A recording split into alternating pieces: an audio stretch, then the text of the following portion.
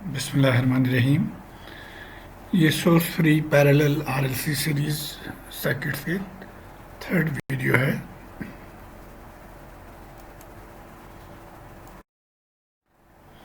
और इसमें भी हमारी प्रॉब्लम सॉल्विंग स्ट्रेटजी वही है। ये 5 पॉइंट्स हमने पहले भी डिस्कस किए थे पिछले वीडियोस में, सो उसी को लेके हम चलेंगे।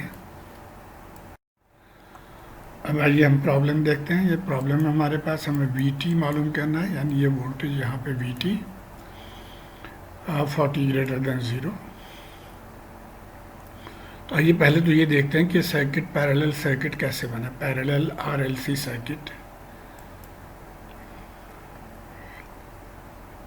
How does this circuit form a source free parallel RLC circuit. तो ये यहाँ पे थोड़े से आपको तवज्जो देनी है कि जब हम ये इस स्विच को हम बंद कर देते हैं तो ये सर्किट हमारे पास है। अब यहाँ पे बेसिकली अगर आप देखें तो इस वोल्टेज से जो करंट है, अब वो इस शॉर्ट सर्किट के थ्रू यहीं पे ये करंट घूमती रहेगी, यानी इसका इस वाले सर्किट पे अब कोई असर नहीं होगा इस स्विच बंद होने के बाद। स्विच बंद होने से तो पहले ये वोल्टेज यहाँ पे सप्लाई हो रही है, ये इंडक्टर को भी ये करंट चार्ज कर रही है और कैपेसिटर को भी। लेकिन जब हमने स्विच बंद कर दिया तो ये सर्किट एक तरह से अलग हो गया, और इसी तरह ये सर्किट यहाँ से अलग है क्योंकि यहाँ भी शॉर्ट सर्किट है। अगर इस सर्किट में कोई करंट है तो वो इस रास्ते से ही यहाँ पे वापस आ जाएगी करंट। तो इसलिए हम इस सर्किट को प्राइमरीली दो हिस्सों में तकसीम कर सकते हैं कि एक ये सर्किट है और ये सर्किट है, और इन दोनों का आपस में कोई ताल्लुक़ नहीं है। अब हमें RLC सर्किट से इंटरेस्ट है तो हम सिर्फ इसको लेंगे, इसका हमें इसकी कोई ज़रूरत नहीं है। तो इस तरह से ये अब हमारा ये पैरेलल सर्किट बन गया, पैरेलल RLC सर्किट। अब आइए हम प्रॉब्लम सॉल्विंग की तरफ चलते हैं। अब हमारा स्टेप क्या है, वही स्टेप आप देखिए। सबसे पहले हम t<0 के लिए V0 और I0 मालूम करते हैं। तो t<0 पे जब ये ओपन है तो ये देखिए यहाँ पे क्या होगा कि ये वोल्टेज रेजिस्टेंस इंडक्टर के थ्रू और यहाँ से ये दो रास्ते हैं। अब inductor for a long time जब ये कनेक्टेड है तो inductor will behave like a short circuit, तो इसको हम शॉर्ट सर्किट कर देते हैं यहाँ पे।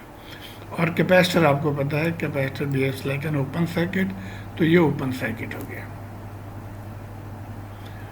अब यहाँ पे करंट क्या है, करंट थ्रू इंडक्टर, यहाँ पे इंडक्टर है, ये हमारा करंट है। अब एक चीज़ और भी यहाँ पे गौरतलब है, और वो है कि चलो पहले हम वोल्टेज मालूम कर लेते हैं, कैपेसिटर वोल्टेज मालूम कर लेते हैं। कैपेसिटर वोल्टेज वही वोल्टेज है जो इस रेजिस्टेंस के अक्रॉस है। तो अब ये वोल्टेज डिवीजन रूल के ज़रिए हम यहाँ पे वोल्टेज मालूम कर लेंगे।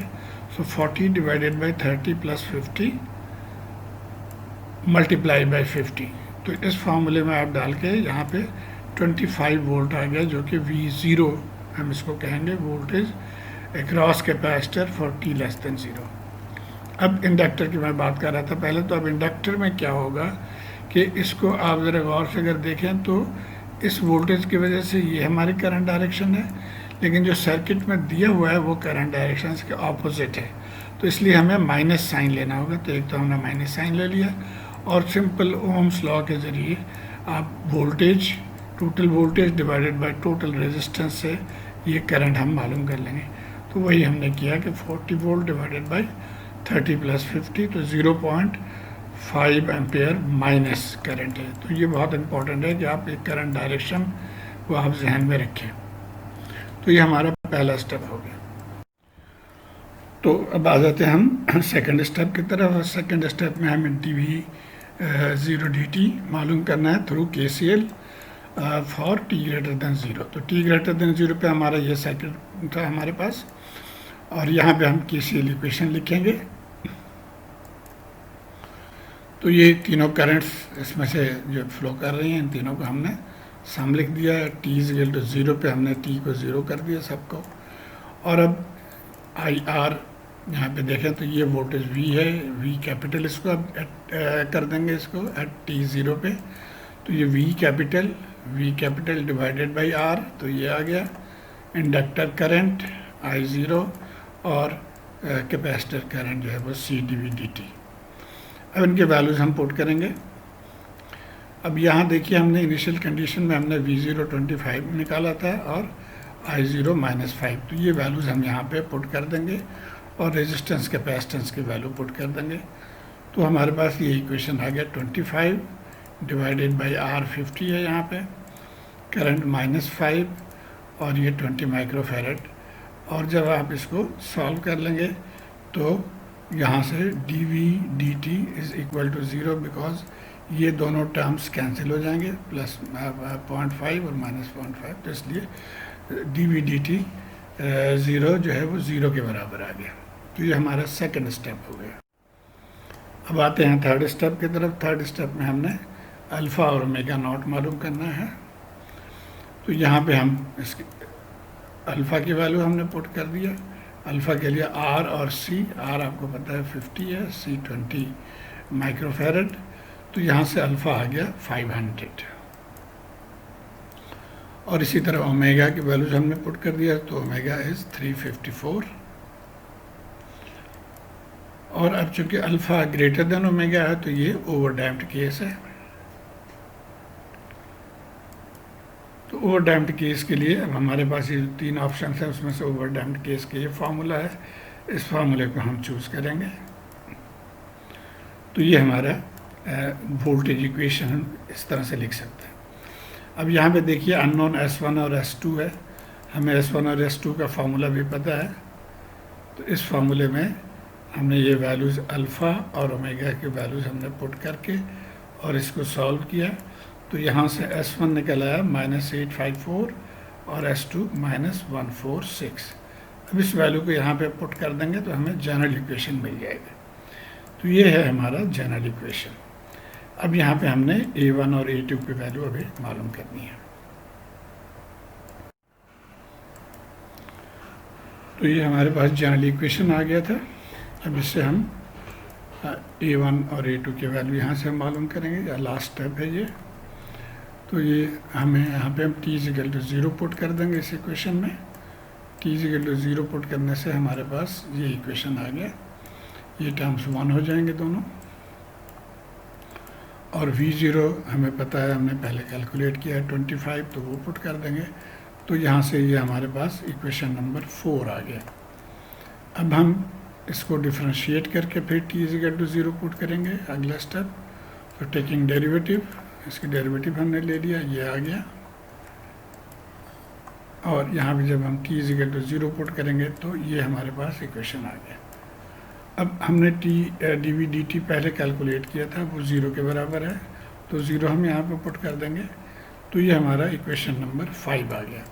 अब इक्वेशन 4 और इक्वेशन 5 को हम सॉल्व करेंगे। तो यहाँ से हमें ये 2 वैल्यूज़ आ गए हैं, A1 और A2 के।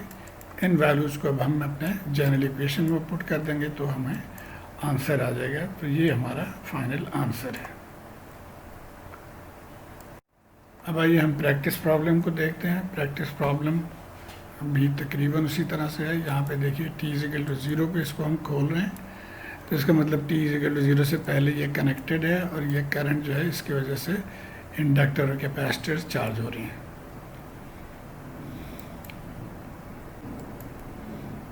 वही स्टेप हमने फॉलो करना है जो 5 स्टेप्स हैं। तो सबसे पहले हम V0 I0 मालूम करेंगे t<0 के लिए।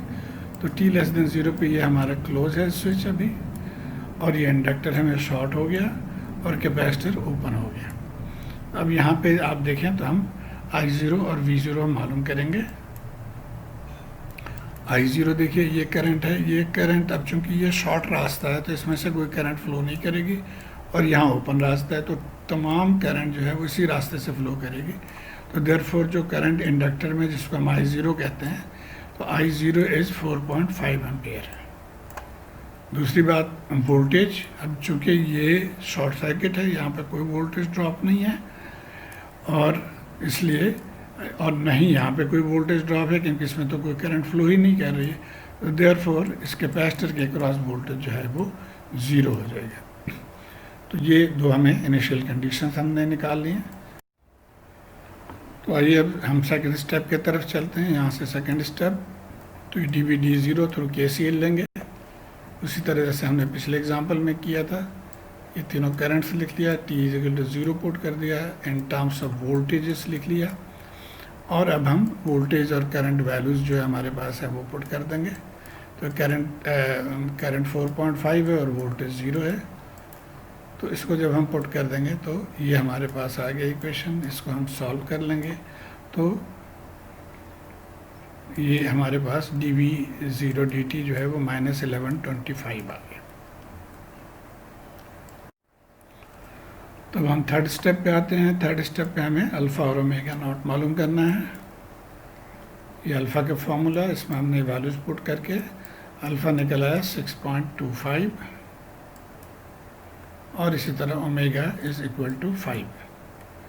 अब चूँकि यहाँ पे alpha is greater than omega है तो ये ओवरडैम्प्ड केस है, और ओवरडैम्प्ड केस के लिए हम ये फार्मूला सेलेक्ट करेंगे ओवरडैम्प्ड केस के लिए।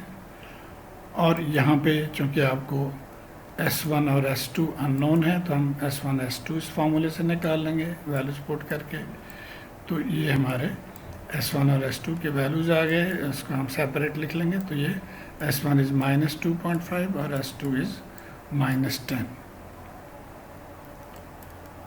अब हम इसको जनरल इक्वेशन में डाल देंगे। ये जो वोल्टेज इक्वेशन था इसमें डालेंगे तो अब हमारे पास ये जनरल इक्वेशन आ गया। अब यहाँ पे दो अननोन है A1 और A2, इनको मालूम करना है। तब हम चलते हैं फोर्थ स्टेप पे।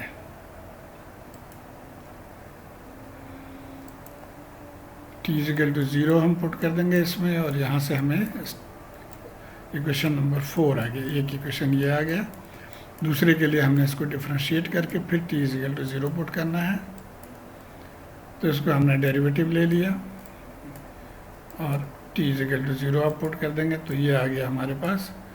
अब हमें dV/dt 0 की वैल्यू हमें मालूम है, ये -1125 है। तो ये हम यहाँ पे पुट कर देंगे। तो ये हमारा इक्वेशन नंबर 5 आ गया। अब 4 और 5 इक्वेशन को सॉल्व करके हमें A1 आ जाएगा -150 और A2 +150। तो इसका मतलब ये हुआ कि अब हमारा जो फाइनल इक्वेशन है वो इस तरह से हो जाएगा। जब यहाँ पे A1 और A2 की वैल्यू आपने पुट कर दिया, और इसको आप चाहें तो रीअरेंज कर सकते हैं, पॉजिटिव टर्म को पहले लिख लें, नेगेटिव को बाद में लिख लें। तो ये बुक में आंसर है। तो ये यही आंसर है जो हमारे पास भी है। तो उम्मीद है आप समझ गए होंगे कि इस तरह सवाल को कैसे सॉल्व करते हैं। शुक्रिया।